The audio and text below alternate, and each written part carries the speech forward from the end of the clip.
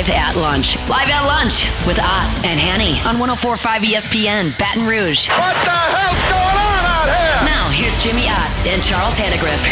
For some reason or another, you sound a little taller on radio. Is it live? Is it live? Is it live? From the original walk-ons, Burbank and Nicholson, welcome to the Wednesday edition of Live at Lunch, 104.5 ESPN Baton Rouge. I'm Charles Hannegriff along with Jimmy Ott. Jordan Kitchen's back in the studio. Randy McKay with us today. Maybe get a little bit of guidance on what he thinks about the Thanksgiving Day games. Also, Wes Reynolds. We'll see if he has shaken off the loss for his beloved Indiana Hoosiers to the Ohio State Buckeyes. Scott Rabelais with us. We'll get some thoughts from Scott on LSU's current state of affairs in their final game of the regular season with Oklahoma on Saturday. Jimmy, good morning. How are you? Good morning, sir. How about you? Great. Happy Thanksgiving, Happy Charlie. Thanksgiving. We're getting ready for a nice day with the family tomorrow, and we'll be back on Friday. We'll do our Black Friday show from Rufino's, which every year it's a big day at Rufino's for their gift card specials. And, of course, we'll have college football on that day. But we had a lot of good college basketball last night. Man, if you're trying to make the transition this week, some of the matchups that we've seen have just been fantastic. So whether you're impressed with Auburn's run, what they've been doing, Alabama, if you are tired watching Dan Hurley act like a spoiled brat, you had a little bit of everything this week. So what's your biggest takeaway from college basketball? That was a great day yesterday. We had some great games, man. I got the itch to get to the MGM Garden again. Yeah, it's a terrific tournament. Okay, so last year, watching in Maui, we watched Marquette have three impressive games in a row. They beat what was at the time a ranked UCLA team, and then they beat, I'm trying to remember the second team they beat. And then the third game was against Purdue, who was number one. And they lost it by 3. When Purdue shot like 75% from 3. And hit a three-quarter court shot at the first half buzzer. So, we really liked Marquette. And Marquette had a good season. They kind of petered out at the end. They kind of hit the wall. And sometimes, teams can – they were really good for a while. They were, and but they just weren't as good as UConn. And nobody was. So, bummer. Yeah, that was kind of a late February, mid to late February game at home. They against played them Marquette. late. Yeah, both games were late, and it was a short number in Marquette. I mean, UConn just destroyed them, but. Hurley just another. I said it again. I'll repeat it. He's hard to pull for, man. He's an a-hole, man. He is, and there's no reason for him to be like that. You've been on the positive, to the good side of so much, man. I was listening to the broadcast yesterday. I wish I could tell you who was on the commentary, but I didn't recognize the voice. I don't know who it was, but he said, for Dan Hurley, an up-and-coming rising star in his business. And I'm like, up-and-coming rising star? The guy's already in the College Basketball Hall of Fame. He's won back-to-back national titles. No, he's not an up-and-coming star. Guys like Gene Katie never got to the Final Four. Yeah, he's not a rising star. He is the superstar in the sport at the moment, especially the sport that's had all of these iconic coaches retire in the last 5 years. What's left is, Izzo is still around. And Bill Self, but man, we Krzyzewski and Roy Williams has left. Bennett, Tony Bennett at Virginia just retired. Maybe it's too up much. At Villanova. Maybe it's too much too soon. Jay Wright has retired, so he's the guy now. Him himself, okay, and. He's the hottest coach. I mean, come on, man. He's the hottest coach. He's young. He's so and he doesn't have to act like that. No. Man. It's just it's asinine. It's embarrassing. It's almost like I'm waiting for his dad to come out the stands and come and shake him. I wish he would. No, it's the only thing because listen. Refs make calls all the time, and I understand the college basketball coaches are more animated and things, but damn, dude. And go. Make, what? You want to sentence him? Make him an official. Making them official for a year. Yeah, and not just on the court, but in the press conference after, this passion play that he's doing about it. Man, look, it's unnecessary. I think it reflects badly on him. Great coach, no questions there. But I don't care. I don't care. It reminds me of a young Bobby Knight. And Knight was a great coach that was really hard to pull for. Aren't we supposed to be more evolved, sophisticated, mature, something like that? My biggest takeaway from all the basketball yesterday, Charlie. The SEC is freaking loaded. Well, I was going to say Auburn was before we got sidetracked on Hurley. Auburn is this year's Marquette plus. It's loaded. Yeah. And listen, Alabama's at a vulnerable time right now. They got a lot of new pieces, and everybody does. Okay, now, I shouldn't say that, but he's got so many weapons, man. I mean, Houston is more physical to them, and they beat them up. Okay. But they were just as they were physical enough to withstand it, and they're so much more sophisticated with their offensive approach. There's no doubt. I mean, Sampson gets you. They say, Sampson say, Crier, get on the ball. Well, he shoots like the next 17 shots in a row. I mean, okay, I understand you want to lean on at some point, but man, it's just not. There's still that limit, that ceiling for Houston. It's still going to be there. They're going to be tough. You admire the way they play. But you got to have a little bit more balance and freedom on the offense. And like right now, everybody, man, develop some of these other offensive options. Yeah. Don't just hand the ball off of Fournette and all game and then get to a team that can match up physically and you have no developed passing game. So that's where I am with Sampson. But damn, Auburn's good. Damn, Alabama's good. I mean, wow, man. I mean, and Kentucky beat this Duke team. Duke's going to get better. They're young, and man, Kansas is a super team. They got some really. I mean, they got more depth than they had a year ago. A year ago, Dickinson going out with 10 minutes to go in the game would have sunk them. And it should have probably sunk them last night. I think. It was kind of heading that way, but you bring in such an established player like Storr from Wisconsin, who is their go-to guy, and he's just a guy, on this team. I just think you got about 6 or 7. I mean, we know Gonzaga's loaded again. I mean, you got some really, really strong elite teams, but this SEC is a son of a gun, man. So let me give you a couple of stats, kind of historical things. Auburn has started out 6-0 with 3 wins over top 15 teams, and they dominate. I fell asleep on the game in the second half because it was so late. They dominated North Carolina. It was basically it.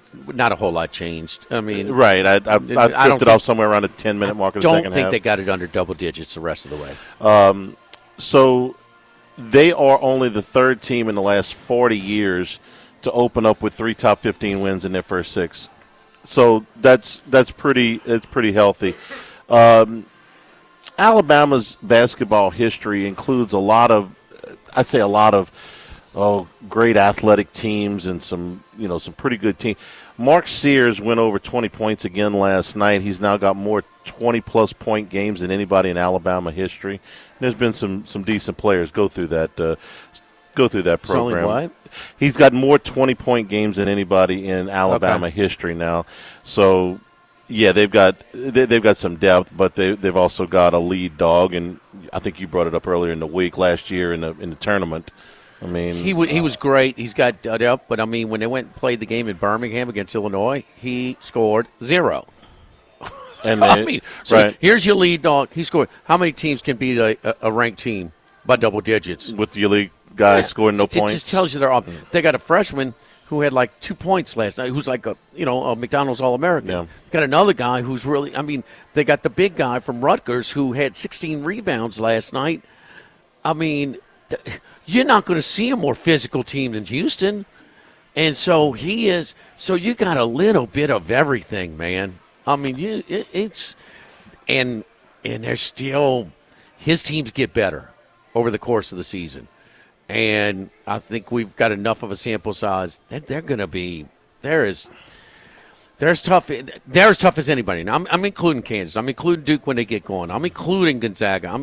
They're as good as anybody. Charlie, this is in. The Iron Bowl's a basketball series, dude. The basketball Iron Bowl and basketball, that's going to be two great games. And I'll just tell you right now, I think they'll split and the home team will win by 4 points each game. That's my early prediction.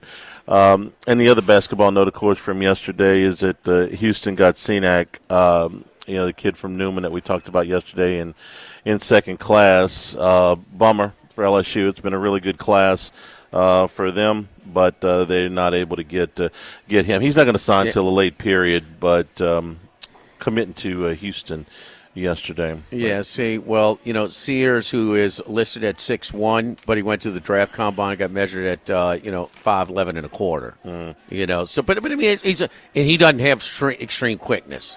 Sometimes he needs a little ball movement to create his own shot. Yeah. So great. I mean, that's the college players you're looking for, that you can hold on for an extra year, like your boy Johnny Broom. Of Auburn. Remember when right. it was, Auburn lost. Okay, they're out. I mean, Pearl's going to get there again at some point, but boom, he comes back. Man, he won the game in the first half. Didn't do much the second, but then they just traded punches the rest of the way. But he's the one that pushed him out to the lead. What did you think of before we move on? What did you think of the call, the Dickinson kick? I think it was proper. I do too. Yeah, I thought it was on purpose, and he has a history of this. Does he? Yes, yes. He is. See, I do some podcasts with some Big Ten guys. Yeah, and he's got like this own why we hate Hunter Dickinson and other Big Ten teams when he was at Michigan and stuff like. He got a little Christian Laettner in him. Christian Laettner in him. Because I'll tell you who I thought of when I saw the play. I thought of Grayson Allen. Because Grayson Allen had a lot of these things. We're in the same family tree here. Yeah, Grayson Allen was flat out dirty. The same psychoanalysis. Dickinson's, this has happened before. Okay, I haven't seen this from him, but I don't watch as much. Exactly this, but it's No, I thought it was the right call. You kick a guy in the face, you throw him out of the game. And he has shown. Well, and I didn't think the foul was egregious. I mean, he got undercut. Okay, but I mean, you're in the paint. It's a physical game. I didn't think it warranted that. You kick the guy in the face, you go to the locker room. He's highly recruiting. He's a load to deal with. Ever since he was a freshman, they had a Sunday game, at Wisconsin, and he just crashed the offensive boards and won the game by himself. Will Wade in the second round, where we were playing really good, by the way, and man, we come out, we're smoking, but we have to double him. He dictates that at the college level. The game against Michigan State, that doubleheader where it was Duke and Kentucky, the second game. I mean, he's so many easy points. Michigan State is a hard-nosed team. They had no answer for him when he gets the ball down that low. But he has a little bit of history of being a little bit dirty, and he's dishing out a lot. There's a lot of stuff going on there. It's a hard foul, but no, he's a little immaturity, a little bit. He's got some enemies in the Big Ten country when he was there, and I'm sure he'll have some in the Big 12 as well. Best game, or the game I'm most anxious to see today is at 4:00. Is the game with Auburn and Memphis. Well, sure, it's a Maui Classic final. Huh? Memphis is beaten UConn when Hurley lost his mind, and they handled Michigan State yesterday. So Memphis shot the ball well, man. Yeah. Penny's always going to have some good athletes, but man, they had a guy, man, he was catching and shooting. I'm like, this could be. He's going to have some talent. Can he kind of get them together? Penny is not known as he's not an established bench coach. Let's just say that. I'm not saying he's weak, but there's sometimes when his teams show you that they're super, super athletic, but they're not always the most skilled and best shooting teams. So they can be a little bit streaky. I saw some spots in that game yesterday. Yeah, that was a comfortable win for a team that doesn't lose. Rarely do you beat Michigan State that comfortably. Right. It's just. Well, you're getting them at a price today. You're catching 9.5 points. They play Kansas. Kansas is as good as anybody. Well, Kansas number one, yeah. Yeah, and they well, just my eyeball. And, man, they were a dog last night. Small dog. They were a dog last night. He's their best player. Sorry. Dickinson is the guy. And that game changed. And all of a sudden, Cooper Flagg was able to run that little slip screen and, do that. But Self is good, man. This just didn't. I know. But I thought Knipple got a good shot off, too. As good as they could get in the situation. It's not. Almost went down. He's okay. He's a nice player. He's okay. He's not a superstar. I like a lot. I like the transfer from Tulane. I like the light-skinned guy, the guard, who I think he can shoot. Knipple can be sort of that, more of that versatile guy a little bit. Yeah. They got to find. They got to. I don't think they did a good job. I don't think Shire did a good job bench coaching. I thought their possessions were compromised or just sort of just lacking. Because they were turning the ball over, they were a little confused, they were not seeing the floor, and I don't know if he had the ball in the right person's hands to try and to create at that time. So their half court sets when the game on the line were really poor down the stretch. So they got to grow. Duke is the Kentucky this year. They have as talented as a team, but they are all young. But, the kid for Tulane shot the lights out last night. If they're this far along and Thanksgiving's tomorrow, they got plenty of time. Yes. Plenty of time. Yes, this is, and as is a great reference to last year, how teams can get better or not get better because and maybe Kansas has some things in place with the guard is so experienced. Dickinson's so experienced. Man, who has that right now in November? So maybe that makes him look a little bit better as well. We're live here at Walk-Ons, closed tomorrow for Thanksgiving, but this is a big going out night, man. Walk-Ons, not only that, but hey, college night. So if you know someone or you are someone that has gone away to college, is back home and looking to go out tonight. You know anybody? Looking to go out tonight? Well, college night. It's like the campus burgers, the scholar burgers are $5, and they got specials on draft as well. So, it's always packed here on a Wednesday night with the LSU kids, but most of the LSU kids are gone. They have the whole week off now, unlike when we were in school, Charlie, just Thursday and Friday. But anyway, college night over here every Wednesday night here at Walk-Ons. It's a fun night. Live at the original Walk-Ons, live at lunch, 104.5 ESPN Baton Rouge.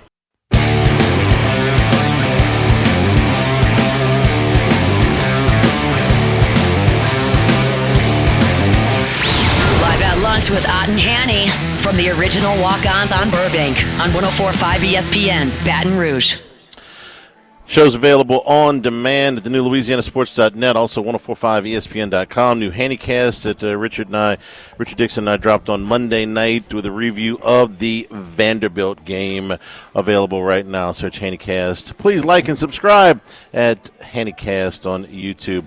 Week 14 rankings of the college football playoff. Jimmy, what was your reaction to Indiana drops to number 10? After their loss this past weekend? Boise State still in line to get a bye. Clemson, South Carolina winner, where their position's got a real shot. They do. You think they'll hop? Bama and Ole Miss just ahead of them. South Carolina, Clemson's already ahead of those teams. They do because just one behind. You have to, huh? In my opinion, because with a win against Clemson. I understand the Ole Miss win over against South Carolina, and I don't want to discount that, but South Carolina just doesn't have that monster blemish, and that both Alabama and Ole Miss have. And I think they're playing better right now, if that means anything. So yes. All right. Here's my ire yesterday with your stuff and man. This is where we are, Charlie, and this is what's my biggest beef on college football. What do I want to see? Good matchups. Yes. Good Okay. games. Why would you schedule a tough team? Maybe you get a quality win. Yeah. Can't get quality wins unless you schedule them, right? Right. Quality wins are kind of an important. In the past, man, the committee's always shown they like quality wins. Well, listening to Manuel after the rankings came out last night, it certainly seems like he's trying to discount it. But yes, that's this is a new committee. We're trying to figure out the committee. Yeah. That's why it's important to see where they're going. But in the past, the committees have a quality win. They should. Nothing should trump quality wins. Okay. To me, nothing. Okay. Here's 6 of the 12 you got right now. The top 12 ranked, because I'm going to put Clemson because they're ranked 12. Clemson's best win, Charlie. Pitt. Yeah, I'm going to tell you what. 7-4. Pitt. Yeah. That's your best win? You got 8, 9 other wins like that? That's worse than that? That sucks. Okay? Number 9, SMU. Louisville. Yeah. Louisville's capable, huh? But Louisville lost to Stanford. Right. They're 7-4. They've probably taken the biggest hit in the last few weeks of teams that have fallen. Don't stop me. Go ahead. Miami, Louisville, 7-4. I mean, it's your best win. Indiana going to be 6-6 after Sunday. You know, last time you gave a lot of credit for beating Michigan, 6-6 Michigan team. They gave the national championship to them, Charlie. 84. BYU, beat a 6-5 team in the bowl, Holiday Bowl, made them 6-6. At least they beat Pitt on the road earlier in that year. Was a top 10 team at that time. Texas, Vandy, best win. Penn State, Illinois, best win. That sucks. Those are teams are getting in. That's your best win. That sucks. And that is, you know, when we say we don't want to predict, you got to win and this and that. But that's your best win. Dude, that is flawed. You cannot tell me. I mean, the SEC is going to get 3 teams in, and you got this garbage? Well, I got no sympathy for Alabama and Ole Miss. I really don't. Notre Dame's got a horrible loss. It's not about sympathy. Okay. I want the freaking – why in the hell am I going to schedule anybody? Why? What is the motivation? And when you discount your quality wins, there's not a quality win that's half your field, and not one quality win. Boise State. You want to put them in there? Who's their best win? UNLV. Well, freaking great. Really. Here's Ward Manual. You can be critical of non-conference schedules, but when it gets to conference, teams can only play the schedule in front of them. They can only play the opponents that they have. So we take the stance that we're going to really look at these games, look at the stats, and go on strength of schedule, but we're also going to look at the teams performing against the competition that they have. Well, you look at everything. No freaking kid. That's word salad to say that, hey, it's not Indiana's fault that the Big Ten sucks or Texas' fault that the teams Indiana that they gave at 10, them, if those teams don't lose, they're behind them. Okay, so do you think the proximity? Indiana's 10. Where's Bama? 13? Yeah. Ole Miss 14? 14, yes. South Carolina 15. You don't think if they win this past week, they're ahead of Indiana? Alabama would be for sure, yeah. Well, Ole Miss is a hair behind them. Right. You know, both of them would be, probably. Yeah, they would be. If you really wanted to, this would be the one thing I would have done last night. It would have got everybody's attention and would have played the strength of schedule, okay? Flip Georgia and Texas. Georgia's 7 and Texas is 3. And why? Because it's so stupid. Texas has one fewer loss. Well, first of all, Georgia's in the SEC championship game, so we're going to see next week. And Georgia went to Texas and beat them decisively at their place. And Georgia's losses are at Alabama and at Ole Miss. Okay, so these are pretty respectable losses. Flip Georgia and Texas, and now we're talking about you're actually looking at who teams are playing. But they didn't do that. Why? Because Texas has one last loss. You did a great job of breaking down the games of the other ones. That one was my big takeaway. If you're really going to play about strength of schedule and you're really going to talk about anything other than record, then flip Georgia and Texas. Charlie, there's no defense for having Texas not doing that. There's really no defense. I mean, Vandy, Ivy League, Florida. I mean, no. You saw this coming. I mean, oh man, it's just they Herbie and I was stunned last year when he went more. I want the best teams, and he said it. I'm sorry. I'm tired of seeing these blowouts. I don't want the best resume. Right. And I was like, That's wrong, and I respect him so much, but I was like, it's wrong. But there's no doubt Florida State's not giving them. That's an extenuating circumstance. That's their quarterback, their all-conference quarterback who was out for the season. But this is not the best. This ain't close. It's not. And I mean, Penn State, Penn freaking State, how are they so safely in? They have no quality wins. Illinois at home, Minnesota on the road. What the hell? I can't argue. I can't argue Penn State's record. I can't argue Texas's record. I can't argue Indiana's record. What I can tell you is that Alabama's lost to 2 6-5 teams, and Ole Miss has lost to a 6-5 team and a 4-7 team, and they've both lost 3 times well, that's now. half the picture, Charlie. They also beat some teams that none of these teams combined have beaten. Well, so that's so you're saying the losses mean the bad losses carry more than the big wins. Well, because there's 3 of them. Yeah, well, they're not all bad losses. I don't know if I'd consider Tennessee is not a bad loss. No, it's not. Come on, that's not a bad loss. Nobody in this field has a win at Tennessee. Not close to that. Nobody has close to a win at Tennessee. Well, all those 6-5 teams that they've beaten that are no good, Alabama lost 2 of them.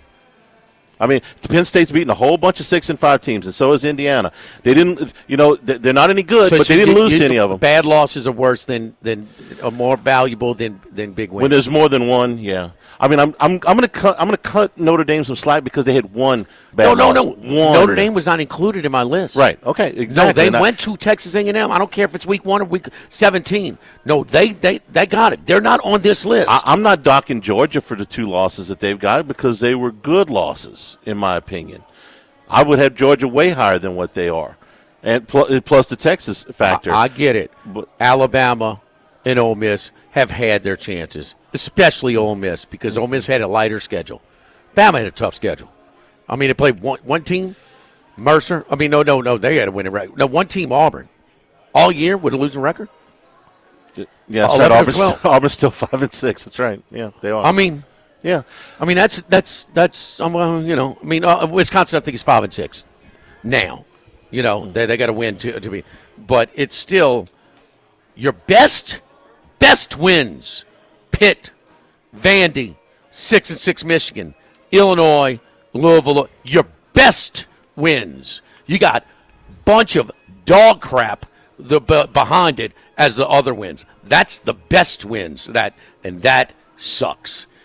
Don't forget our friends at Legacy Title, Chad Reynolds and Legacy Title for all your real estate closings, 296-0060. Full-service title company servicing all kinds of great staffs. Look, Ashley Donald, Mariana Haynes, Adrian Galata, Michael Platt, buying, building, refinancing. Nobody chooses but you. The great staff at Legacy Title wants to wish you and yours a very happy Thanksgiving. Live at the original Walk-Ons, live at lunch, 104.5 ESPN Baton Rouge.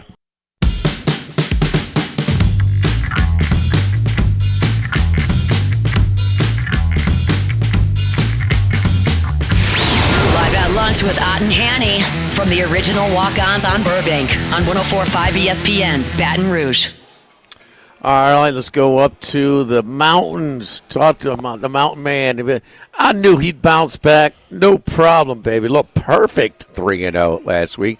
He added Green Bay via the text on Sunday. Well done, sir. But happy Thanksgiving. We're certainly give thanks to your contributions on the show each and every day, each and every week, and also our friendship, buddy. Good, happy Thanksgiving, big dog. Yeah, happy Thanksgiving to you guys and everybody out there. Yeah, it was a great week. Getting doused with some big snows here in Colorado, but I don't think it's going to affect the Monday Night Football game that I'm going to. So pretty excited about this Monday Night Football game coming up, and Thanksgiving, of course, and all the turkey. Yes, yeah. Hey, over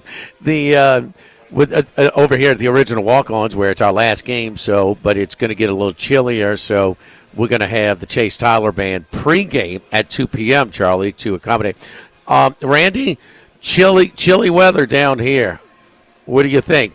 What's it going to be in? What's chilly for you? Chilly weather. You have chilly weather in Louisiana there. What is it, about 40 or so? That's it, in the 40s. So, High 40s. yes, indeed. Bundle up. Pullovers out or what? We will have, because of our cool fronts, we kind of alter our temperatures depending, and we can get a little ice storm here and there. And we get an ice storm here, bro, it shuts it down, man. We're just not equipped to it. So kind of like maybe those rolling blackouts in Chicago or New York. So anyway, hey, what's that? Is that going to affect the big game this weekend with Boomer Sooner coming in there? Not a bit. In what way? He said affect the game. I'm thinking he's talking about postponements or anything. No. If that's what he's asking, no. I think it's going to be about the same temperature in Green Bay tomorrow night. That'll be here in Tiger Stadium. So is it just that simple, Randy? Green Bay, Tua, 0 for 4. Oh, I don't know, Jimmy. It says 28 degrees. Now 28? 28. Okay. It won't be 28 My here. My bad. So I remember being in Green Bay during Labor Day weekend and having a little fire in the patio for kind of a little chilly in Labor Day weekend. But is it that simple? We just fade Tua. It's down to 3. Minus 118 here at a local shop at the Queen Casino at a DraftKings Sportsbook. Yeah, and you guys kind of read my mind. This is one of my picks here. I got it at 3 flat, but laying a little juice there is the way to go here with the Packers again. I think they're going to control the ball with Jacobs and company running the ball, and we see these warm weather teams when they go in and play like last year when they went into Kansas City in the playoff game. Once they get pounded on a little bit, they kind of give up in the fourth quarter, and the elements take over. Tua, I've said this a few other times on this show. I mean, he's a Hawaiian quarterback. Guy from Hawaii going to Green Bay, not a good mix. Kind of like oil and water here. So, We already talked about this game earlier in the year that this would be a schedule situation spot for Green Bay because the Dolphins are in between 2 divisional opponents.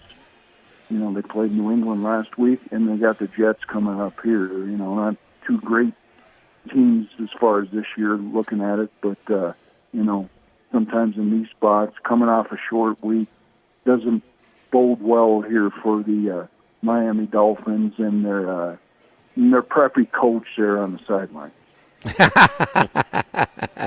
Green Bay looked was an easy one last week and the other thing that Tom Brady actually did a pretty good job in calling the game on Sunday between San Francisco because he had to be a little bit creative because it was this team without Bosa on the other side really couldn't stop Green Bay. I mean, Jacobs was running at will. Green Bay basically did what they wanted. When they threw it, they moved the ball. When they ran it, they removed the ball. And then on defense, I mean, without Purdy, it was just not. It was. And then you get the backup quarterback and Allen, and he's trying to throw to his receivers, and they won't switch because they don't like the heavy cleats, and they're slipping and falling. So we talk about the cold weather being stiff, but also this turf is slippery. And guess what? Miami, all of a sudden, Charlie, they're throwing underneath sort of quick stuff where this quick pivots and stuff. And, man, that just doesn't seem like a great recipe for Miami against Green Bay's defense on this surface. And for San Francisco, watching Allen play, and we saw him play at Arkansas, I was the first team I thought of when Daniel Jones got cut was San Francisco would be a good place for him because they are in a dogfight in their division. Every game counts. If you're going to need a bridge quarterback for a couple of games, Jones is a better option than Allen. Now, he signed with Minnesota a few hours ago, so that's out the window. But that's the first spot I thought Minnesota's going to be in the playoffs. San Francisco is not. Well, Minnesota's in a great spot to make it in the playoffs. San Francisco's already lost at home to all 3 divisional opponents, right? And they got the toughest schedule, which is why they need him. If they hold out hope of making the playoffs, and I'm sure I understand they have hope, but it's you're gonna be in the playoffs with Minnesota. Sure, every team in that West is either 6-5 or 5-6. So to me, San Francisco needed him more Minnesota's at least got a little bit of slack in the rope to play with. The other two games on Thanksgiving Day tomorrow, Randy, do you have an opinion, or are these one of your picks? We did get the official announcement. There's one thing we talked about when Brandon Allen reminds me of Tommy DeVito, because I've seen really good quarterbacks in college not struggle in the NFL. Rarely do I see average or bad quarterbacks in college have any success. And DeVito was bad. Allen was average, okay? DeVito's out, a banged-up DeVito. They go to lock against Dallas. This line was 2, look ahead. It's now 3.5, but the announcement for lock, we're seeing some 3s now out there, and Detroit is 9.5 or 10 against Chicago. Yeah, I'm going to stay away from the Giants-Cowboys game. Too much, ineptitude from both teams there kind of sways me away from betting that game. As far as the Chicago game, I'm surprised they're taking money here. This went from 10 now and down to 8.5 now at Circa. Wow. And that's been a move while we were on the way I was waiting for your call here. So I'm very surprised by this move as well. I don't want to get in front of this Detroit train right now. Their lines are still inflated, but I mean they're doing it. The only one I'd look to here would be the Black Friday game. Slight lean here towards the Raiders here. I mean, they've been okay. They were competitive last week, and they've been competitive against the Chiefs. Won this game last year in an ugly fashion. So, this line's going to keep probably maybe even going up from 13. Plug your nose play here, maybe with the Raiders for me. Well, Minshew was really bad. Charlie had the winner there. I had the loser in that game. But, I mean, the Minshew was a first down interception. I mean, he just threw it straight to the safety like he was the intended receiver. I mean, on like a curl. Wow. And they still were a half a yard from covering at the end. But, I mean, tell me if you agree with me. Denver, Chargers, Commanders, all great situations. Young coaches, first and second year, moving in the right direction. Future is bright. But right now, just don't beat ourselves. And when they step up, whether it's Washington against Philly, Chargers against Baltimore, Denver against Baltimore, they kind of have their problems. But they're kind of they're okay, but, they're beating the really bad teams, just not losing to those bad teams. Yeah, before you become a winner, you got to learn how to not lose the game yourself. And you see these teams like the Raiders; they lose the games with the turnovers. In the first matchup against Denver, they could have won up 17-0, and Mitchell threw that pick six, and turned around the whole game. You see Tennessee on a weekly basis blow the game that they should win. They probably should be like a 500 record if they wouldn't blow all those games. And that coach doesn't impress me at all. And so neither does Levis. So that's the way some of these teams are. I mean, you got to learn not to beat yourself before you can become successful. And then that's something you got to put in your handicap as well. All right. Who else are your official picks this week and the rest of the card Sunday? Well, I'm going back to one last chance here for the our team, Cincinnati Bengals and Burrow and company here to, we laid the early 2.5 here against the Steelers. They got a little bit more rest than the Steelers. Steelers coming off that tough game to Cleveland in the snow. They're fun to watch on TV. I wish there was more of them snow-type games. They're, very entertaining, I just think this will be too much offense with Burrow and company against this Pittsburgh team that, their defense has shown a couple leaks lately, losing some players on defense here. We'll see if this Highsmith comes back, because teams have been controlling Watt with a double team a little bit more when he's playing. Cincinnati coming off a bye, getting some of their defensive players healthy, especially in the interior, will help against Russ and company in the Pittsburgh run game. So expecting Cincinnati, they're hanging on by a thread. This is my last hope for them, and taking them one more time. 4-7 favorite against 8-3, and that's where Cincinnati is kind of dangerous. They're losing all of them, but I mean, the toughest games on their schedule. Baltimore twice, could have won either one of those. I mean, Kansas City, good a call away from winning that. I mean, I guess the Chargers, the other one where they had their chances in that one as well. They certainly can use any type of health, improvement on the defensive side of the way, because right now Joe Burrow has no room for error. Man, and Denver holding on against the Raiders really makes it tough for the Bengals to try and rally to make it to the playoffs as well. They do have the Broncos at home later on. Who else do you have this week, Randy? All right, I have one more side, and then I'll add a little total. Of course, I'm going to the game, so I'll add that one as well. But the side is the Atlanta Falcons. They're getting a lot. They're coming off a bye as well, getting a lot more healthy on defense. Getting about half their players back, it looks like, on defense. And then you got the Chargers coming off that tough physical game against Baltimore. I like to bet against teams that play it like against Philly, against Baltimore the next week, or Detroit. That's another one I like to bet against teams that have played them. Seems like they come off sore in a short week against a team that had a bye to get more healthy. I see Atlanta, even though the market's going against me here. We took it at 1.5. I might even take it more at just 2.5. It keeps going up. But, I see Atlanta being a good spot here at home against the Charger team. And what under are you playing? I know. I mean, you going to the Broncos game? Of course, I'm going to the Broncos game Monday night. And what happens when I go to games? It's a ratings bonanza.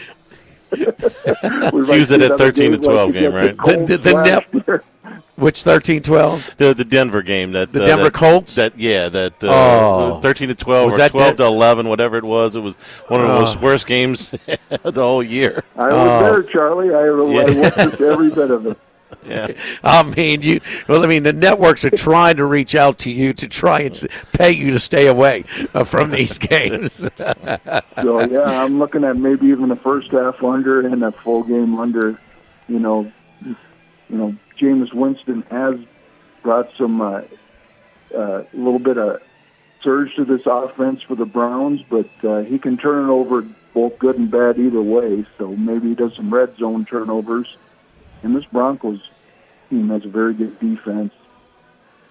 So I expect this to be a low-scoring run the ball type game, and of course it'll be another one where I'll be at, and I'll be enjoying the cocktails in the VIP lounge.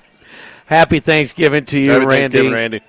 Great stuff as always. Congratulations on your great week last week, undefeated, and we'll be pulling for you. And we might even get a little scene setter from you. But be careful with that Jameis Winston under. So he likes to make things happen. He does not like a boring game. So the Randy McKay boring effect, and then Jameis out there. So be careful with that one. Don't eat too much turkey, big dog. We'll talk to you next week. All right, thanks, guys. And I'll add a little teaser late, too, with your Saints plus 8.5 with the Patriots plus 8.5. All right, New Orleans, New England teaser. Thank you, Randy. All right, good luck, everybody out there. All right, don't forget our friends over at United Community Bank, the local way to bank big, with locations from Baton Rouge to Golden Meadow, including their newest branch at Burbank and Bluebonnet, right down the street here from Walk-Ons. United Community Bank, we know it's difficult enough without the right relationship with your bank running a business. So with United Community Bank's local business bankers like Prentice Wilkes, Heath Meir, Nicole Glover, Hunter Creed, David Campbell, and David Henry, you're not just a number, you're a partner. Again, United Community Bank. Stop on by, see our great group of bankers to discuss how we can help your business today. Member FDIC, Equal Housing Lender. Live at Walk-Ons, the original Live at Lunch, 104.5 ESPN Baton Rouge.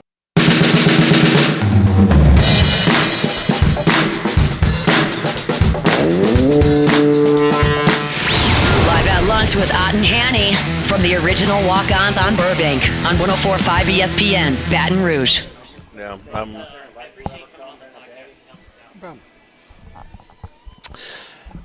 live, the original Walk-Ons live at lunch. Tommy DeVito not even making the flight to Dallas. The original flight. I think you had family day that day. It was which one? It was as if they were was almost like, all right, y'all want to see the fans? Y'all want to see Tommy DeVito? Here you go.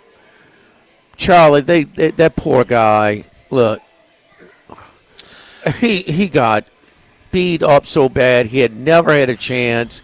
It was rough, man. It's hard to make the case that they're not tanking when they play him in front of Drew Lock. We've seen both of these quarterbacks play. Not that Drew Lock's any superstar or anything, but he's miles better than Tommy DeVito. So it's very hard to make that case when you purposely put DeVito in front of Lock. Nobody's ever paying Tommy DeVito $5 million. No, for sure. All right, hour number 2, straight ahead. The original walk-ons, 104.5 ESPN Baton Rouge. Live at lunch with Ott and Hanny from the original walk-ons on Burbank on 104.5 ESPN Baton Rouge. Kind of easing into the holiday weekend here at Walk-Ons. Of course, LSU in Oklahoma this Saturday. Another big day here at Walk-Ons, Jimmy, if you're coming out for the game. Yeah, we've adjusted things as well. So Chase Tyler Band's going to go on stage pregame over here at 2 p.m. So, always a great meeting place. We got a great schedule in college football this weekend. So I got all the games on, and this is what the whole thing was designed on. Come and watch a game. So great meeting place. You got to get caught up sometimes with traffic or parking can be a little bit of a challenge. But if you're going to meet your party, you can meet them easily over here at Walk-Ons within walking distance of Tiger Stadium. Let's bring in Scott Rabelais from the Advocate. Rab, good afternoon. Happy Thanksgiving. How are you? I'm fine. I'm on the last hole at Carter Plantation here. While Jimmy was doing that long commercial, I could have hit my wedge shot, but it's okay. Well, I was trying to give you time. Yeah, we give you a little bit of room. Rab, since we talked to you last, it wasn't that good a round of golf. So. Since the last time we talked to you, a lot has happened. The Bryce Underwood decommitment, the game against Vanderbilt, and what I thought it was a little bit of a feisty press conference in response from Brian Kelly on Monday. After losing Underwood, I said, this is a crucial stretch for him through the last 2 games and through signing day, which is a week from today, to hold a class together and to hold a team together. Well, good performance on Saturday night. They win there, and then kind of a resolve on Monday that, we're going to get in the NIL fight. We're going to get in the transfer portal. We're going to be very aggressive. Took a big body blow, but we're ready to fire back. Yeah, you could say it's been a little bit of a departure for Brian has talked a lot about this whole time about building from the high school classes, and obviously they have to this point put in a very good high school class. We'll see what happens on Wednesday. Put it together. Aside from even with the Underwood defection, but he clearly knows, as we all know, they've got holes to fill on next year's team through the portal, probably on the offensive line. They got to get a quarterback some way. They're gonna. It seems too late to try to recruit a quarterback that you want, at this point. But so they're going to probably go in the portal to get a quarterback. You always got to try to get a quarterback. Maybe get us receivers. It's always some spots to fill on the defensive side. So yeah, it's important, and I think they're obviously, if you had this big package together for Underwood that you're not going to give him now, then you should be able to have some more funds to spread around to some other players, other prospects, other potential transfers. So it's never dull covering LSU, but this is very interesting right now to see how this shapes up. Charlie, shouldn't this be the original thing, like the main thing that's a transfer portal for anybody to cover up your misses in recruiting? Yes. And a lot of time it's about who's available to you. Is there somebody that wants to come to your place that you can pay? At that position? But is there somebody going to want to come in as a backup? Well, that's my next question to Scott is, we've opined plenty about what we think Garrett Nussmeier should do. What do you think he will do? Because this brings it into focus. A lot of people would have been just fine with Nussmeier going pro if Underwood was coming in, and now it's like, we really need to get Garrett Nussmeier back. Jimmy and I have never wavered from the fact that Nussmeier needed to come back regardless, for everybody's sake, would have been a better thing. But what do you think he will do? And do you think that he's going to move this decision up at all as far as timeline? Yeah, there's no point to wait. If you're going to but I think, if he were going to go, we'd find out soon, too, that he probably wouldn't want to play in the bowl game, kind of like Jaden Daniels did last year. did not play in the bowl game. We've not talked to Garrett, lately. He's not as much, and certainly not asked him about these things. So, it's I think he will come back. I think he's got stuff to work on. I'm sure he's been frustrating for him in some ways. And if you think you're ready, like remember Jason thought he was going to come here for 1 year. But I think Garrett can see, they're going to try to make it worth his while. Probably financially, and it's certainly worth his while in terms of improving his NFL stock, and that's his ultimate goal. And he's seen how much. You just have to look and see how much Joe Burrow improved from 18 to 19, how much Jaden improved from 22 to 23. And I'm not saying he's going to win the Heisman Trophy, but he can certainly be the best quarterback in the SEC, Arch Manning aside, of course. We have to take that into account. He can't walk on water, obviously, but he could be a lot better. And so it's I think he'll come back. Maybe I'll be surprised. I don't know, but I think this tough stretch he's been through, and now he obviously played well against Vanderbilt, but I don't think that's enough of a game to make him change his mind. I think he'll come back.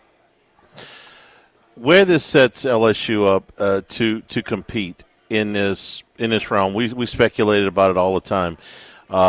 They got outbid by Michigan. They got outbid by one of the richest guys in the world. Okay, bummer, but it doesn't mean there's not a lot of people you can't outbid. It just seems like this is getting them more into the game. There may have been a little bit of trepidation about the portal before, but I thought Monday was pretty telling. Like, no, this is not gonna shake us. We're gonna get more involved, not less. Yeah, I mean, this is the way the game is played, and it was funny, Charlie. Right after, not funny, but it was telling. I should say, right after Brian Kelly, we had Jay Johnson and a couple of the new baseball players, and Jay has talked about how the current model is not what he would like it to be in terms of roster building, in terms of having to do stuff every day. Every year, to kind of start from scratch. But but in college baseball, we've seen you can bring in some guys from, through the portal, like a Skeens and a White and some other guys, and hey, boom, man, you go from a pretty good team to a national championship caliber team, and then you certainly see it in basketball a lot. And I think we're starting to see this in college football. Y'all can certainly disagree if you want, but I think what we've seen with Ole Miss this year, they didn't quite get there, but they certainly. For them, I think it was a good move to try to do what they did, to bring in all these transfers and try to build a team that way. And I think you got to keep recruiting the high school guys. Obviously, you're in too fertile an area not to do that, right? You're not Tennessee, you're not Nebraska, you're not some of these other schools that have to go far afield to get talent. You can, and maybe the Underwood thing will make them focus even more on the East Texas to Florida archipelago, shall we say? But the transfer portal is something they've got to do. They had some resources put together for Underwood. They can move them around, and it should be. But it's another thing that's going to be highly scrutinized for Kelly. It's another, I would say, high wire act, but it's another thing that he's going to be judged on to see how well they did after this season, after the high school recruiting class, and how they do in the portal. Yeah, you're. This is how it's done now. I don't know that the proximity of Michigan had anything to do with Underwood's decision, other than the fact that it was a Michigan guy that put all of this money on the table. Unless you lost a basketball player yesterday to Houston that they desperately wanted, that's from New Orleans. Okay, why? I don't know this for sure, but my guess is that a certain owner of a professional team and a casino and a real big restaurant chain got involved. Tillman Fertitta. Houston's won a little bit more basketball games recently than LSU too. They're a better program. There's no doubt about that. But if you had to ask me why he went, I would guess that Fertitta got involved. But the thing about Charlie with Michigan is that motivated those Michigan boosters. Yes, that he was right there. Yeah. If they had decided, if he was a kid from Florida, they might not have done that. All right, Rab, what do you think happens in this last game against Oklahoma? Boy, I was watching some of the Oklahoma-Alabama game last night, and I was impressed with their defense. It just struck me how hot and cold Jalen Mill rode too. You go maybe more than Oklahoma, just how hot and cold he can be as a player, as a quarterback, as a running threat. obviously Oklahoma's coming off a very impressive defensive performance against Alabama to hold them to 3 points. That was quite good. But does it transfer on the road? We've seen, except for Georgia going to Texas, except for Alabama coming to Baton Rouge, maybe a couple of other games, road teams have really, in the SEC, have really struggled this year. And Oklahoma has been one of those up and down teams. Boy, that was a great effort they gave against Alabama at home, last home game. All that, it was a huge upset for them. Rushed the field, of course, the whole 9 yards. But now they got to come to Baton Rouge, and LSU's coming off a confidence-building performance. I think LSU's going to win. I think it's going to be a fairly low-scoring game. If LSU can get to 30 points, I think they'd win for sure. I don't think they can get there. But I think LSU. What's the spread? Is it still like 5.5 or something like that? 6. It's up to 6. LSU by 6. I don't know if I can go there, but I would say LSU, 28-24, something like that. I would say that LSU should play their safeties in the box, their linebackers up close to the line, the defensive linemen, the cheerleaders, the band, the student section, Mike the Tiger. Hell, bring Omar the Tiger back in and play him in the box, because if Jackson Arnold runs all over him, then shame on him. Yeah, Scott, and there's no doubt the inconsistent play of the quarterback position in the SEC has been just – all season long. But I have to ask you, so the hot and cold play of Jalen Milroe, what did you think of the hot and cold defensive game plan by LSU and Oklahoma against Jalen Milroe? It's definitely a question you can ask. Where was this effort? Why weren't you guys able to do something like this against Milroe? Now, he's been great at times, and he's had his games where he just kind of disappears, and this was one of those games. But I know I can, for any LSU fan, it's maddening to look at that game and say, it was just such a difference. I mean, 42 points. One thing about him, I've seen him make some good throws. I've seen him make some really bad ones. Charlie, agree? Yeah. When has his legs ever woke up and say, man, you're going to run like an offensive lineman today?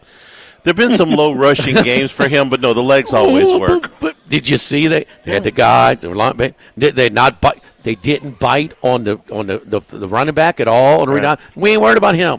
We're worried about you. Well, can I say this about Jackson Arnold? He's not the runner that Milroe is. Nope. He's also not the passer that Milroe is, in my opinion. Not right now, not at this stage. It was a Tulane game where he made some plays with his legs. He rushed for a couple of touchdowns. That was tight in the fourth quarter. And I'm like, man, he's doing a lot with his legs.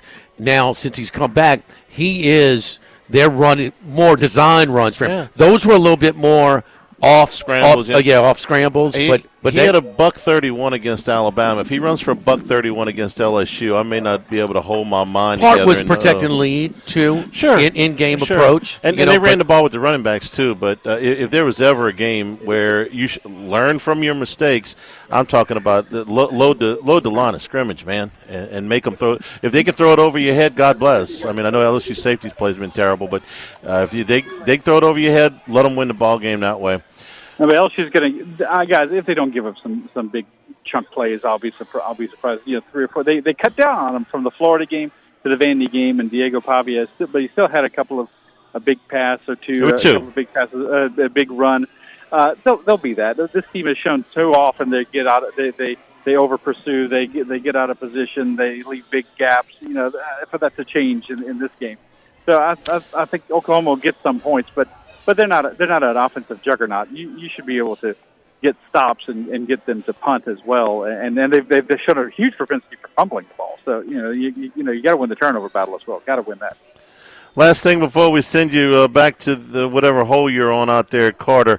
The college football playoff poll last night. What stood out to you, if anything? The thing that most stands out to me is how confusing it is for the fans to see that a team is seated down here. Oh, but they get a bye into the quarterfinals. They're ranked down here, but they're seated up there. You know what I'm saying? You see like a Boise State. Well, wait a minute. They're only down there in the standings, but they right now the season ends today. They'd have a bye. I think they got to do a lot more education. Of course, it's going to go to 16 teams in a couple of years. But I thought the whole Boise thing is very interesting. Obviously, vis-a-vis the Big 12 and what happens with their champion. And it's very interesting. I think people are. That's another thing people are probably thinking. Why does this look the way? It looks like you could have Georgia and Tennessee. It was just as it was today.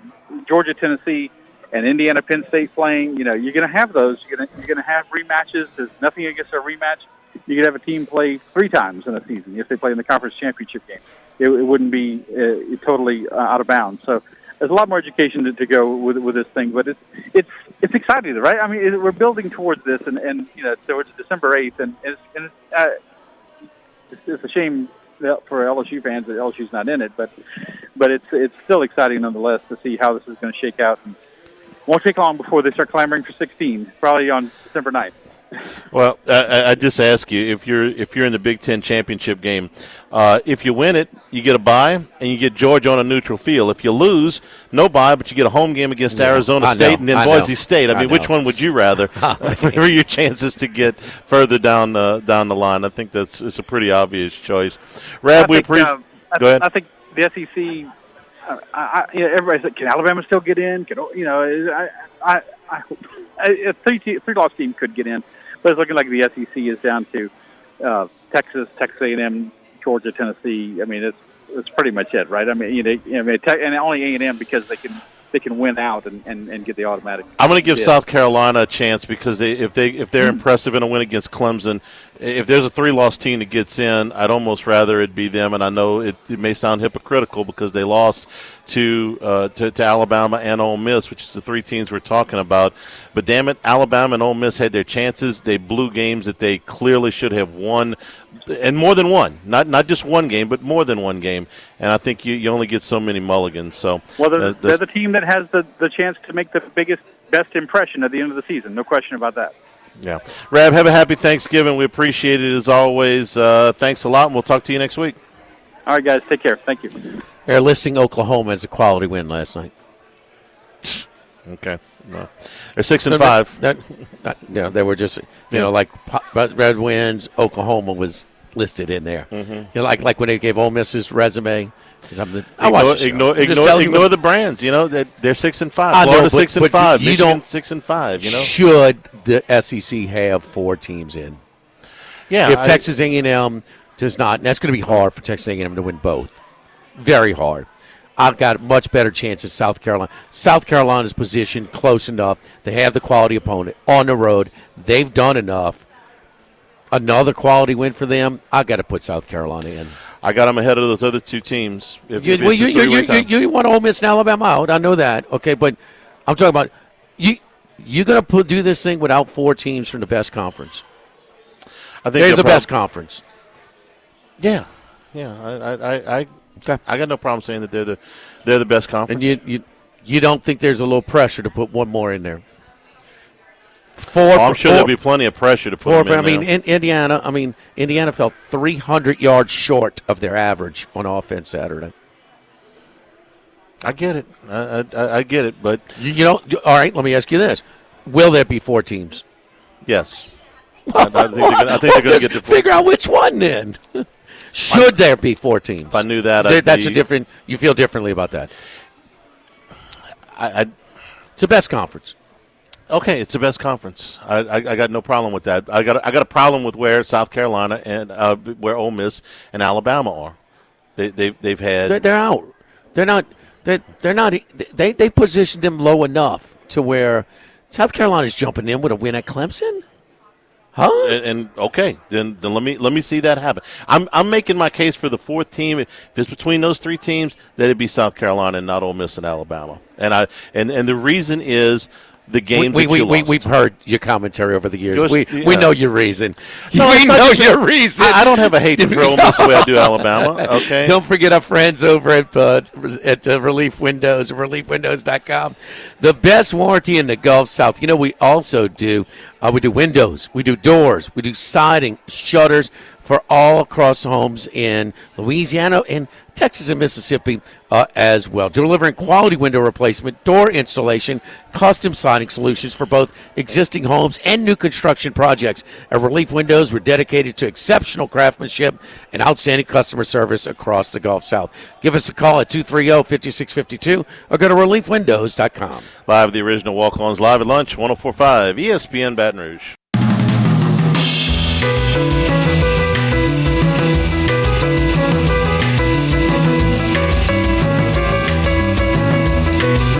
From east, north to south, but we're heading west. It's Wes Reynolds from VSiN. Happy Thanksgiving, Wes. How you doing, buddy? Yeah, happy Thanksgiving, guys. The holiday not getting off to a good start with this Hoosier basketball team down in the Bahamas getting worked by Louisville right now. Yeah, 53-35, 15-19 left to go in the game. Indiana was undefeated coming into this one and ranked number 14 in the country. Wes, your thoughts of the game Saturday, Indiana and Ohio State? Yeah, despite that loss, we're a football school now, Jimmy. We're not a basketball school anymore. We're on the football. That distracts the fact that this is going nowhere with this current coach. But look, yeah, you're not having Thanksgiving with Mike Woodson, are you? No, he's not invited to the table. No, not after this. But yeah, look, on Saturday I thought, they were a little bit nervous, even though they got off to the good early start. But those special teams errors, you can't make those against a good team like that, or they're going to get away comfortably, and they did. And look, they lost to a better team. That team was way better than Indiana, and you could tell, I think, really with how our improved offensive line got really beat up front. The running backs couldn't pick up blitzes, and it was just Curtis Burke had no time to make any plays. So the Hoosiers were going to drop, and they did drop last night to 10. That's about where I thought that they were going to be. I was a little bit surprised SMU leaped them.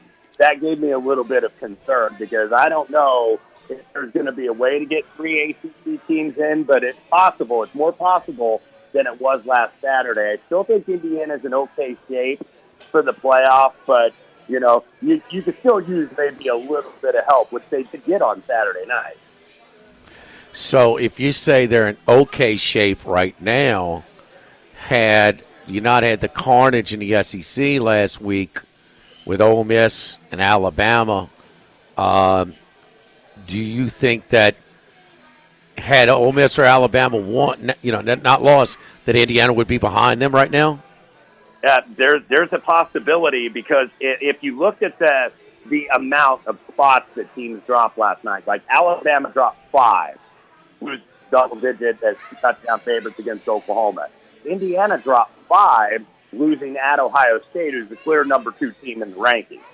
And, so that gave me a little bit of pause here. But, yeah, it certainly did concern me. Now, we have South Carolina and Clemson on Saturday, which seems like that's a loser leaves town now.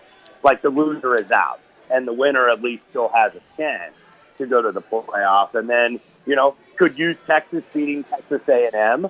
I think that could certainly help because I think that puts A&M out good. So it's all going to depend because I think the Big 12 is only going to get one team, and I think Boise State probably is going to be the group of 5. But, I think it would take a little bit for Indiana to fall out, but it is more of a possibility than it was last week.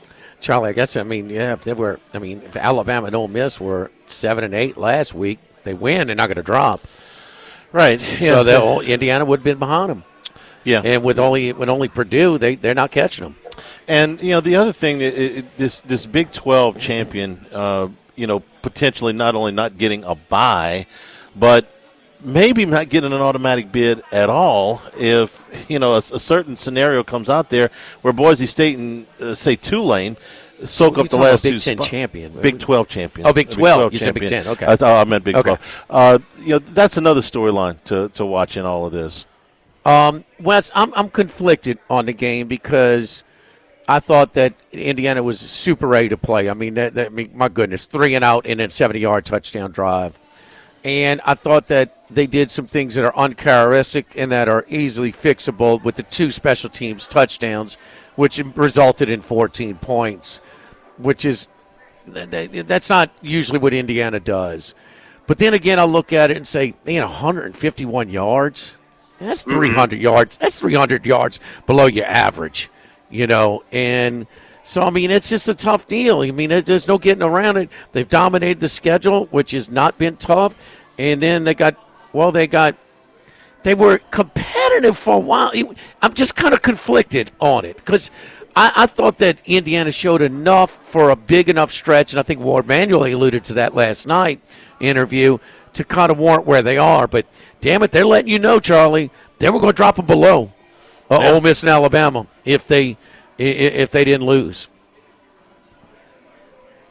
Yeah, no question about it. I just think that, the schedule we know is imbalanced, and the schedule strength went up by 50-some spots just playing Ohio State. And that's the way it is right now with these imbalanced schedules. And you do have some teams, I think, that are getting the benefit of the doubt. Like, I think Penn State is really getting the benefit of the doubt right now. They absolutely are. They have that win over Illinois. And Illinois got into that top 25 at the bottom of the rankings last night. So, that's what they're hanging their hat on with Penn State. And it seems like they really are getting the benefit of the doubt more than some of these other teams. I mean, Illinois, if Schiano doesn't call the timeout to ice the kicker, let him kick the long field goal instead. They convert the 4th and 13. I mean, that's how securely Illinois is in the top 25. There's a lot of teams, including Indiana, that just don't have real impressive wins this year. I mean, not that Indiana doesn't have impressive games. They have, but against really good teams, I mean, it's half the field that's projected right now. I mean, as good as Boise State's been. UNLV? Really? Come on. Miami beat? Who did Miami beat? Pitt. That's another Pitt's one. Their best one. Pitt is their best one. Yeah, 7-4 Pitt. Exactly. Yeah. No, I mean, Miami and SMU, Louisville's. I mean, no, it's full of Texas Vandy. Even with their SEC brand. And me and Charlie both agree. How do you not have Georgia flip with Vandy in a position where they are? Yeah, I mean, sorry, Georgia and Texas. Yeah. That is, come on, I mean, you stomped them. If only we had watched them play. Oh, wait. What we've heard a lot this year, too, Wes? We've always said it around here. And some of the old folks have, the older people, older than us, actually. So they do it night and day in Tiger Stadium, night and day. Man, Charlie, have you heard more nighttime talk in the SEC than Lane Kiffin and his sour grapes getting passed up? No, for the Georgia game. That's usually not a thing at it's other new, places. Huh? Yeah, it's new. Wes, you've been cooking in college football. Who we got this week? Yeah, I got a few spots. Obviously, a very big week, I think, for some of these teams. I went Friday, and just the one Friday game for now. I play Oklahoma State plus 17. I know that that's an ugly spot considering they're going nowhere for a bowl game, but it's really, play against Colorado, I think, because this is probably going to be Shador's last game in Boulder. We would assume that he's going to be a top 5, top 10 draft pick at least. So, a lot of emotion on a senior day. It's a melancholy deal, I think, for some of these guys. It's not a happy occasion. So I think Oklahoma State, with the kid Smith, they actually played pretty solid against Texas Tech, even though they didn't get the win or the cover. I thought the offense actually looked relatively solid. So I did play Oklahoma State on Friday. A couple other spots this week too. I do like USC actually getting 7.5 against Notre Dame. I know USC, they got the big win over UCLA, but I think that this is a tricky spot for the Irish here, who are also getting the benefit of the doubt, even though they have a couple decent wins. But they also lost 30-point favorites, by the way, to Northern Illinois, and I think that seemingly gets a little bit forgotten about. So played that one. Also played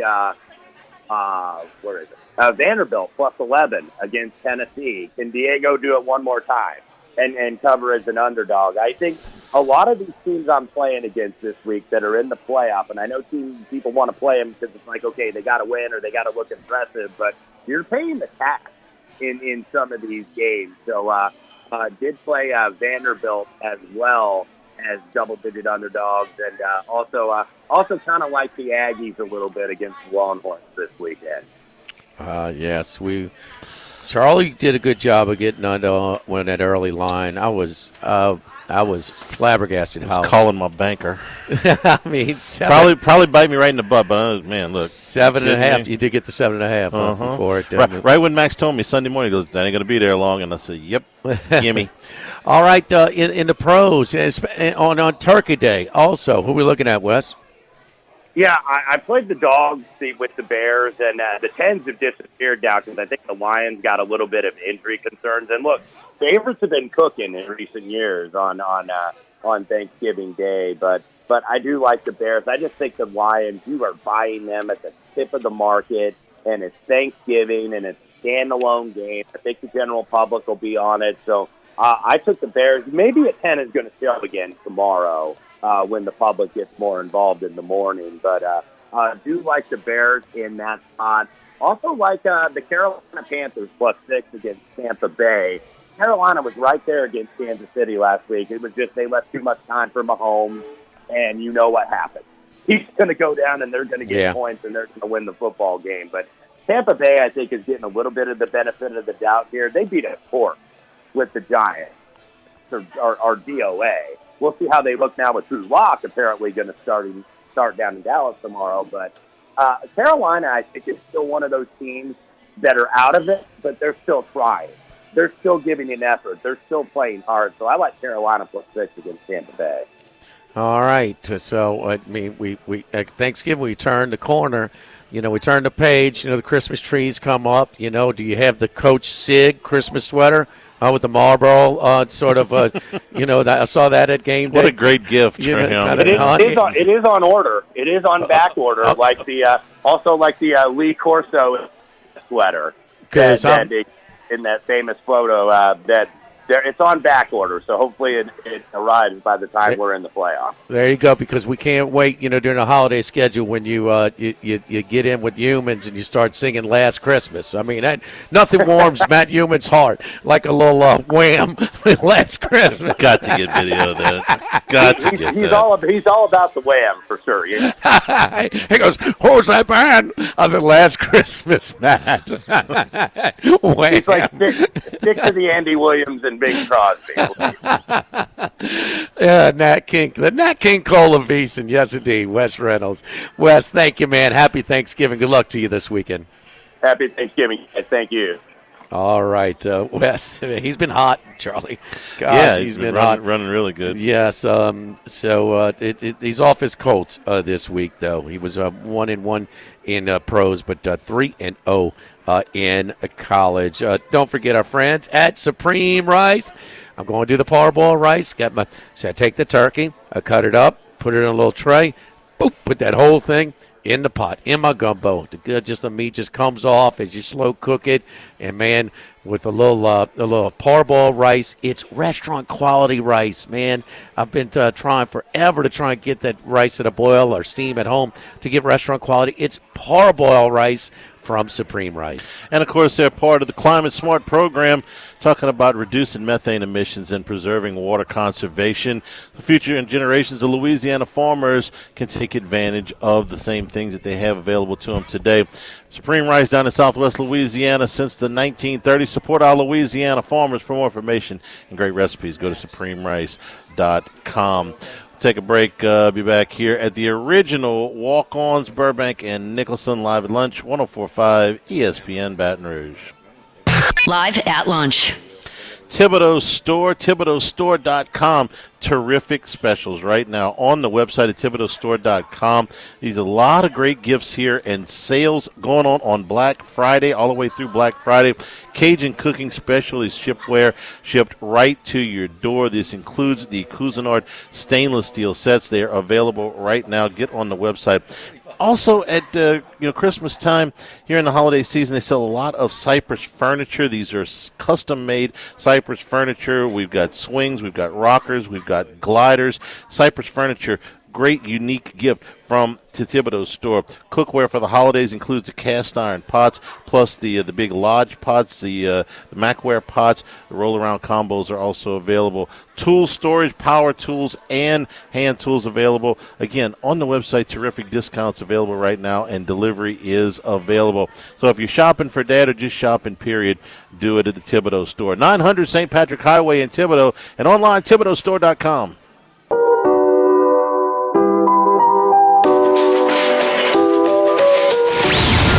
Lunch with Ott and Hanny from the original Walk-Ons on Burbank on 104.5 ESPN, Baton Rouge.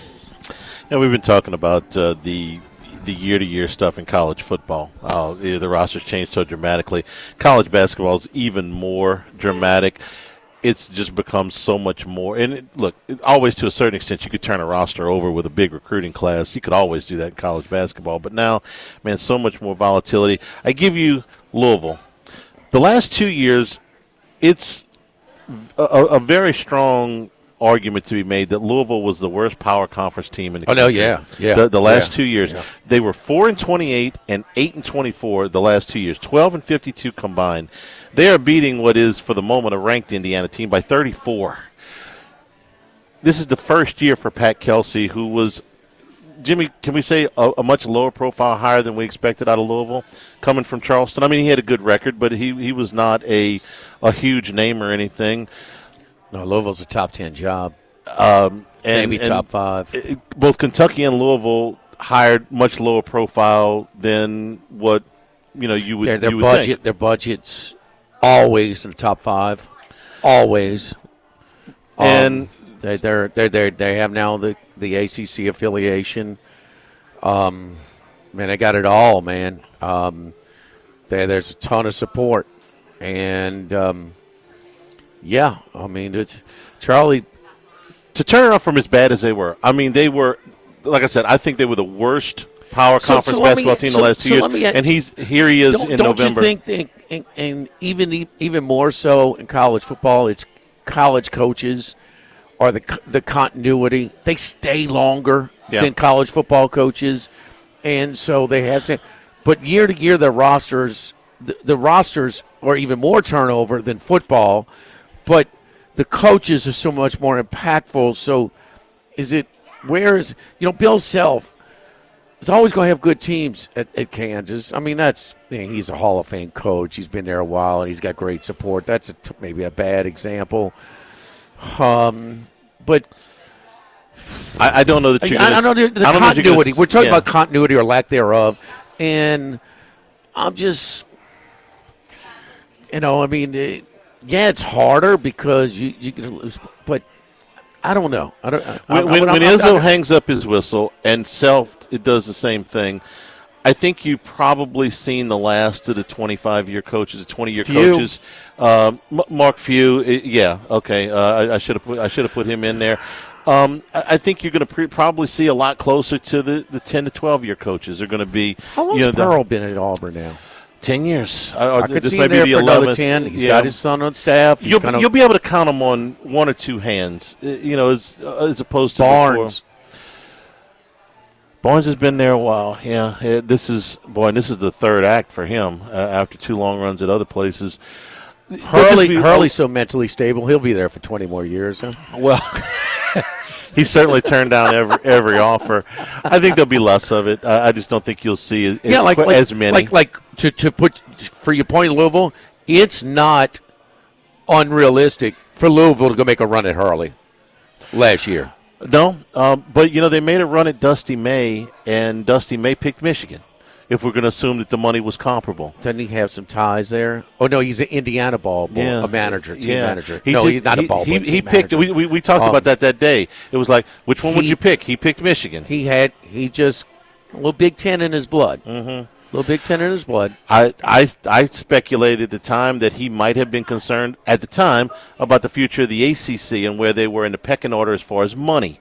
Okay, Louisville's got that budget now. They'll always put their money towards basketball, but 2 schools in your league are suing to get out because they don't like the revenue distribution. Well, and that's fine, but Louisville has never been. They hadn't been in a Power 5 league, and they've always had a ton of resources with their basketball program. They have. So, I mean, how many years have been in the ACC? 5?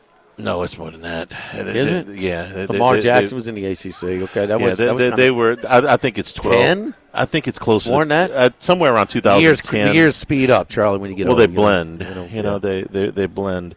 Anyway, Indiana's getting their behinds whipped by Louisville. And these tournament games are kind of built to be close too. Yeah, they don't want they don't want bad games. They want you to watch. We've got it on in front of us, but if I was at my house, I'd have moved on to something else by now. at 78-40. Atlantis, man. So you see a holiday tournament. You go to Vegas. You go to Atlantis. You go to Cancun. Now Hawaii. I'm sure you say Hawaii, but Maui. Okay. So we're talking about me, the visitor. Or are we talking about the basketball team? You got an all expense paid trip. I've never been to Hawaii. No, I'm going to say this. You got $8,000. Okay. And Hawaii costs more, but you can go wherever you want. But you got $8,000 traveling expenses. If you have leftover, that's for you. Anything from the buffet to the blackjack table. Okay. Well, if I'm being completely honest, if I've only got $8,000, I'm going to Vegas. Okay. Because $8,000. What it's going to cost me to get to and stay in Hawaii is going to eat up a lot of my budget on $8,000. You can do it for $8,000. Huh? No, you can do it for $8,000, but I can make $8,000 go a lot further in Vegas. Well, you're the wrong one to do this, too. I told you. You asking me or you asking the basketball team? There's a big difference. But the best basketball. But you can't use any of your comps. Yeah. Well, that makes a difference now. It makes a difference. Well, you got to complicate this. The Maui tournament is the best one generally. They usually have the best field. They usually have the best games. I think this year again they've got the best field. How about my guy, my hookup man? It hooked me up with great 21 Pilots tickets when I was out there for LSU USC, and so man, I've got the hookup. I'd love to go to those games. They weren't the atmosphere that was at T-Mobile with Duke and Kansas, because you don't have those fan bases. But man, you could get some really good spots and some really good basketball games, and it's going to be next year. It's going to be 16. Oh, the NIL, the player era. And you can get some real atmosphere in some of these smaller things. North Carolina and Auburn, what they have 500 people in that thing last night. They were into it. No. They're Maui Classic. They're always jumping. Yeah. No, that's what I'm saying. You can get some atmosphere even though you don't have a lot of people. No, Charlie. That atmosphere has been like that for 30 years. No, it is a small gym. People are all in a good mood. 500-600 people in there. Maybe 1,000. Okay. Maybe I got to ask Humans. I mean, he's there right now. He goes every time. He doesn't go to every single game. Yeah. Goes to most of the games, but no, it's that thing's always popping. Yeah. That's the premier one. It's got the best when they had feel. the fire and they had to, they thought it was important to kind of keep it going. It was kind of, and so they brought some awareness through the event as well. Right. But no, that's a premier one. That tournament success has motivated other places to do it, and so desirable places like the islands, I've been to Cancun, the Bahamas, and the islands. I like them all. Well, this players era thing where they're giving NIL money don't you think it has the long term potential to be the best one out of the group long term? Follow the money. Yeah, follow the money.